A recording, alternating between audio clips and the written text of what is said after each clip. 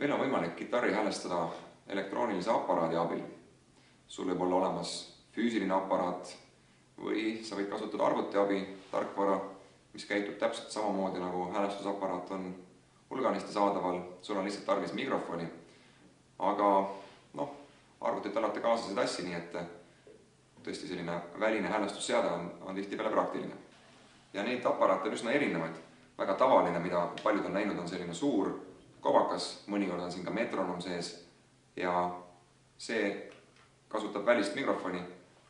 Hea, kui ta on kusagil kitarri ligidal, näiteks mängija põlve peal või laua peal ja siis kuuleb seda signaali ja jälgib siis vastavalt seda helisagedust. Viimasel ajal on hästi levinud ka sellised häälestajad, mis ei kasuta välist mikrofoni, vaid kasutavad kontaktmikrofoni ja käivad kitarri külge ja oma ekraanil näitavad need täpselt samu asju. Aga nüüd pluss on selles, esiteks ta on väike, aga teiseks ei häiri sellist aparaati ümbritsevad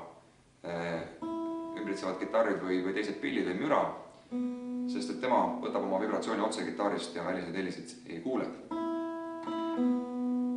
Samuti võib ta alati pilli piires olla, et mängu ajal täpsustada. Laval mängides muidugi väga praktiline, kui on pedaalhäälestaja, mis on väga sellise suure ja selge loetava displeiga ja kui sa oma pedaali tööle paned, siis tavaliselt ka katkeb signaal võimendis, nii et saad rahulikult häälestada ilma, et see kuulajad häiriks.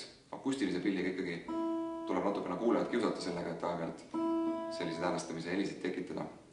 Aga muide häälestamise jaoks ei ole sugugi tarvis tõmmata keelt väga kõvasti, pigem vastupidi, keskmise jõuga. Kui sa tõmbad liiga kõvasti, siis häälestus natukene hakkab valetama. Nüüd aparaadiga häälestamiseks on ka üht-teist tarvis teada. Ja tegelikult on nii, et aparaadiga häälestamiseks peab pill olema enam-vähem hääles. Või sa pead üsna palju teadma juba kitarrimängust. Sest et E-nimelisi noote ehk Mi-nimelisi noote, nagu meil eelnevast jutust selgus, on ju mitu. Ja ega aparaat täpselt ei tea, millist miid sina püüad parajasti oma keelest välja keerata. Ja tavaliselt on sellised juhtumid, kus mängija keerab oma esimese keele peaaegu oktavi võrra kõrgemaks. Ja siis tulemus muidugi see, et pill ei pea vastu või keel ei pea vastu. Ja halvemal juhul juhtub see, et selle keele otsaga saab mängija silma. Mina olen paar korda vastu põske saanud ja siis sellest õppinud.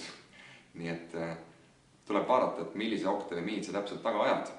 Ja veel tuleb vaadata seda, et häälestusaparaadi peal enamasti on selline nupp, mille nimi on calibration, kalibratsioon eesti keeles.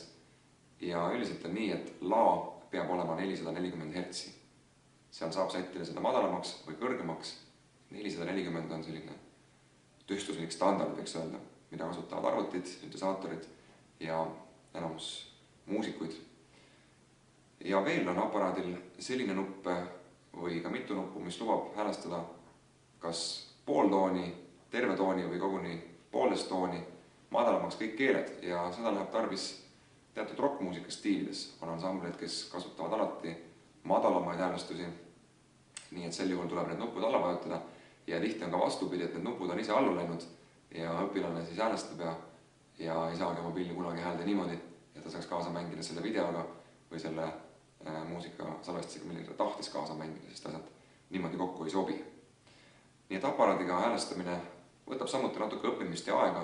Aparaat ise pilli häälda ei pane, kuigi on olemas ka selliseid pille, näiteks Fender on aastad arendanud elektrikitarri, mis paneb iseennast häälde, millel on mootorid siin otsas ja ta täpsustab häälestamist ka mängimise ajal. Ja kuuldavasti on see nüüd sellises seisus see arendus, et tõesti mängija julgevad ka lavale minna nende pillidega ja siis kuskil 0,1 sekundi jooksul on võimalik häälestust ka muuta pillil. See on üsna praktiline võimalus. Meie siin räägime kõrvajärgi häälestamisest, millest kõik alguse saab ja sellised oskused on igale mängijale ülivajalikud. Lisaks sellele, et sa saad oma pilli häälde, sa tegelikult ju arendad oma kõrva ja kõrva arendamisest pillimängija nii või teisiti ei pääse.